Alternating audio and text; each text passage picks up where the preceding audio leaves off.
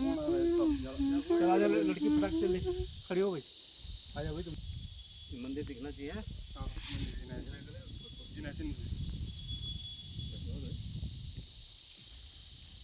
नमस्कार साथियों, जय हिंद, जय भारत और जय भीम के साथ आज हम गढ़ गुमो के इस गढ़ में खड़े हैं। जो यहाँ पे ये जो आपको दिखाई दे रहा होगा पूरा जो एरिया समतल एरिया है, ग्राउंड जैसा है पूरा का पूरा, और इसको कहते हैं गढ़ राजा। तो दुमकोट का गढ़ है ये।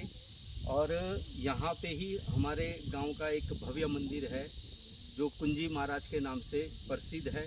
और लगातार 15-20 सालों से यहाँ पे लगातार यात्रा चल रही है। और ग्राम सभा के डांगी की जो जनता है और अगल बगल के जितने भी गांव हैं, कम से कम 25-30 गांव हैं जो यहाँ लगातार आते हैं दर्शन करने के लिए कुंजी महाराज जी के। तो यहाँ जो ये गढ़ कुमाऊं का जो राजा है, जो इनका ये मंदिर है यहाँ, इसकी एक बहुत ही पौराणिक एक कथा है। वो मैं आपको बताना, कथा क्या कि हकीकत बात है कि ये जो गढ़ कुमाऊं के राजा जो थे, ये एक्चुअली अनुसूचित जाति के थे, यानी अति पिछड़ी वर्ग के राजा थे। ये अति पिछड़े वर्ग के। तो इनका यहाँ पे कम से कम 15-20 परिवार का अपना परिवार था। इनका 15-20 परिवार रहते थे यहाँ। यहाँ कुछ पीछे मकानें भी बनी हुई हैं छोटी छोटी। और सामने जो है श्यूर बरसाल का एक जो राजा था, जनरल का, श्यूरगढ़ का एक राजा था। तो उस समय भी, यानी हम तो आज कह रहे हैं कि जातिवाद की जो स्थिति आज बनी हुई है, ये तो उस समय में भी बनी थी जब राजाओं का गढ़ था उत्तराखंड में, इस देवभूमि में। उस समय भी ये स्थिति लगातार बनी हुई थी कि उच्च कोटि का राजा, निम्न कोटि का राजा। तो ये कहानी ऐसे बनी कि यहाँ के जो राजा थे वो सुबह सुबह ढोल दमाव के साथ और पूजा करते थे। पर जो श्यूर के जो राजा थे, श्यूर बरसाल के जो राजा थे, उनको पसंद नहीं आता था कि ये सुबह सुबह उठ के एक अनुसूचित जाति का राजा ढोल नगाड़े बजा के पूजा करता है। और मुझे यहाँ, क्योंकि यहाँ पहाड़ी इलाकों में कहीं भी शोर होता है तो दूर दूर तक बहुत एकदम क्लियर सुनाई देता है।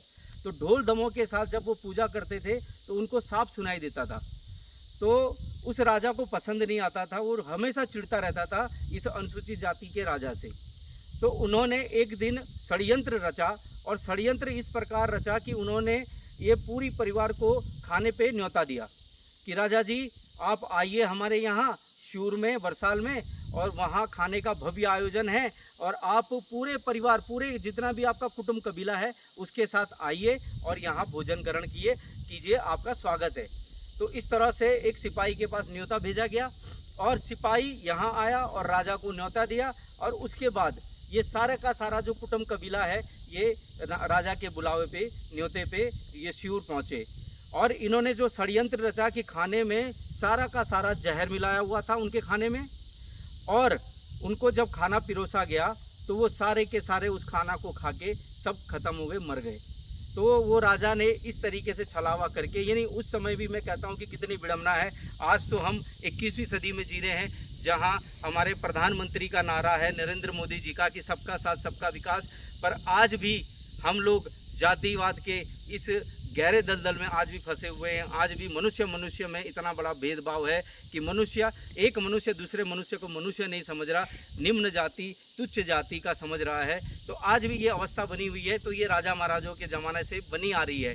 और उसके बाद जो उनकी एक बहन थी वो यहीं छूट गई क्योंकि वो प्रेग्नेंट थी, तो वो नहीं जा पाई।